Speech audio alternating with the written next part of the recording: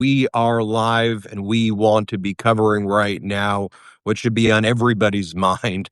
And I think it's not getting enough attention in corporate news by far because this has more widespread implications than, just what's happening today, because there is a whole geopolitical shifting of a global order taking place before our eyes. And whether it was what happened yesterday, what's going on today, and what's going to happen tomorrow. And of course, we're talking about the meeting right now in Mar-a-Lago between President Zelensky and Trump, with Zelensky virtually being flanked by European leaders and Canada and Donald Trump, essentially. And Lev, we'll get your take on what you're hearing, but pretty much representing the interest of Putin, at this point, just to set the stage right now. Yesterday, President Zelensky was in Halifax meeting with Prime Minister Carney, where Prime Minister Carney of Canada announced $2.5 billion of Canadian support to Ukraine. There was a meeting held in Canada. Usually these would be the types of meetings held in the US, right? But the meeting in Canada between Canada, the European Coalition of the Willing, and Zelensky coordinating their plan, as though that's what NATO is today, right? The NATO's gone. Like that's the NATO structure, if you will, right? And so then separately, you then have Zelensky flies in, and who's he greeted by? What American delegation is he? Nobody. He's greeted by the ambassador from Ukraine, not the U.S. Ukrainian the Ukraine ambassador in the U.S. No, that's it. Nobody was there. And then we learned this morning, Putin calls Donald Trump before the meeting with Zelensky. And then Donald Trump says it was a very productive call. It was a great call. And now the meeting is set to take place, Lev, in the dining room. Can you think of a more disrespectful move than to bring Zelensky into the frickin' Mar-a-Lago dining room, where that half-cooked steak, or Trump likes it extra well done, where the well done half cooked would be an improvement. The disgusting well done and that slop and all of the the charity, those charity things with the dog auctions, like it's in that dining room right now. So the setup is being done to disrespect him, right? And so while Russia is attacking Kyiv. So what are you hearing? Right. I mean, Ben, you set it up perfectly. I mean, first of all, when you started describing the dining room, I started getting PTSD for a second because I've sitting in that dining room and eaten that steak for many, many, many times. So it's completely disrespectful. The people that are going to be in the meeting there are going to be Kushner and Whitkoff. This is a prolonged push attack, and again on Zelensky from, like you said, from not meeting or greeting him. Forget about the red carpet that he gave Putin. I mean, like literally nobody met him at the tarmac, to the fact that he got his marching orders without even hiding it. I mean, literally got the call, got his marching orders right before he sat down to meet with them. And it's getting to a point. But the interesting part that nobody's reporting on, I'm glad, and I want everybody to understand this is extremely important, is everybody's talking about peace, peace, peace. Zelensky is not here to try to figure out how to get peace with Trump and Putin, because Putin and Trump. I mean, let me reframe myself. Putin is not one peace. Putin is not going to take any 20 peace plan or any plan that's going to be refined. Putin won't even take the original 28 peace plan that he originally planned. That's why he did it in such a way where it's not attainable. It's basically surrender, folks. Putin, and I always say, watch the action, just like me and Ben spoke about, not what they say. They talk peace, but in the meantime, the destruction, the bombardment on Ukraine, literally today, while they're supposed to be meeting, talking about peace. So the problem here is not about a peace talk. The problem with the Europeans, and one of the things that Zelensky met with Carney about, is they're trying to figure out how to get the United States out of this.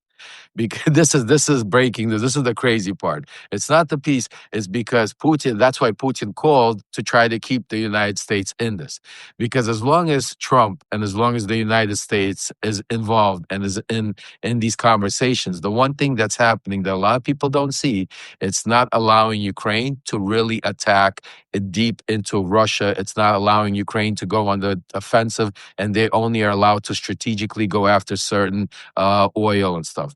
So this is where the big conversation is happening. If Ukraine, yes, does Ukraine want American support? 100%. They would do anything, and that's why Zelensky is doing it, to talk and give in to anything. But realistically, folks, the deals have been done.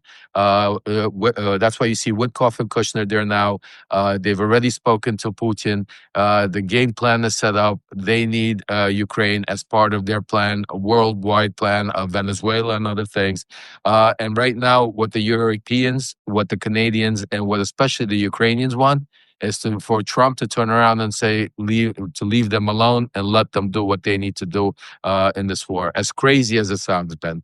Well, one of the ways I think Zelensky in Europe is brilliantly calling Trump and Putin's bluff is to say, look, you want us to give territorial concessions. You want us to give up eastern Ukraine.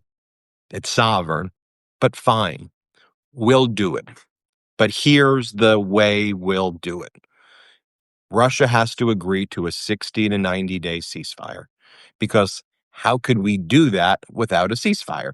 There has to be a mechanism. And then why don't we do it this way?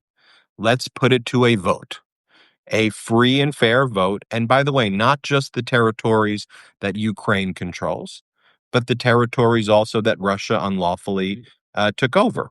So put it to them, and ultimately, and let's have Europe and U.S. ensure the guarantees. And if these places truly want to be Russia, as Putin says, U.S., you're big, strong, Donald. Protect that vote, right?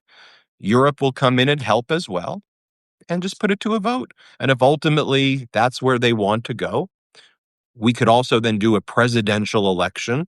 And if you think that I'm unpopular, Zelensky, if you think I have a low approval, which he doesn't, his approval's been going up, since all of this. But if you think that that's the case, put it to a vote.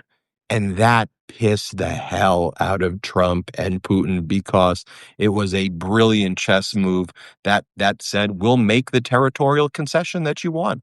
So if you were a good faith negotiator, right, and you were in a good faith, that should be a massive concession. If, like Putin, you think that this is ultimately, what, that these people want to be Russian, okay, we'll put it for a vote. But what we see also is Putin uses the same tactics as Trump.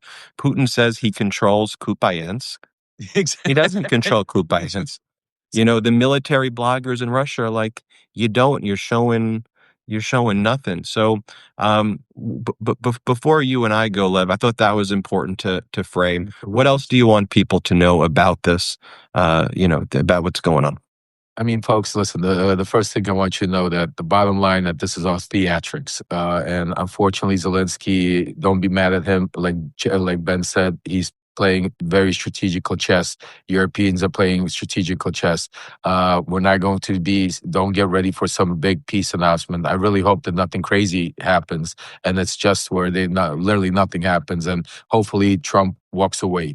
As crazy as it sounds, folks, we want Donald Trump to get out of this mess. Let the Europeans, just like he keeps saying, let Zelensky and the Ukrainians, let the Canadians, they'll deal with Putin. They know they have a plan and it's in action. And the last thing I just want to say, everybody, God bless you and thank you for all your prayers for Alexander.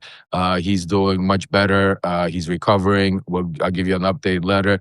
And thanks, Lev, man. where can people go to help? I know lots of people want to help Alexander. If someone's watching this and they want to help Alexander, what can they do to help him? Right now, the best way Alexander wants everybody to help is continue contribute to the GoFundMe we have for the what's it called, generators, because that's the most important help, because people still need lights. And even if, like his words to me goes, even while I'm recovering, we still need to get those generators over to those people. So that would be the best help for the Ukrainian people, Alexander, and all of us. The more lives we could save. Thanks, Ben, so much for that. And I Yeah, love we you. wish our hearts go out to Alexander. We wish Alexander the best, and he's truly a courageous person, and honored in any way here for us to be able to get Alexander's a voice out as we're doing here. So, Lev, thank you so much for sharing. Anything you wanted to say before we go? I wanted to tell everybody out there, I know a lot of speculation. I know it's been a crazy week and a lot of things happen. I want you to understand this: with me and Ben are family. Me and the Midas Touch are family.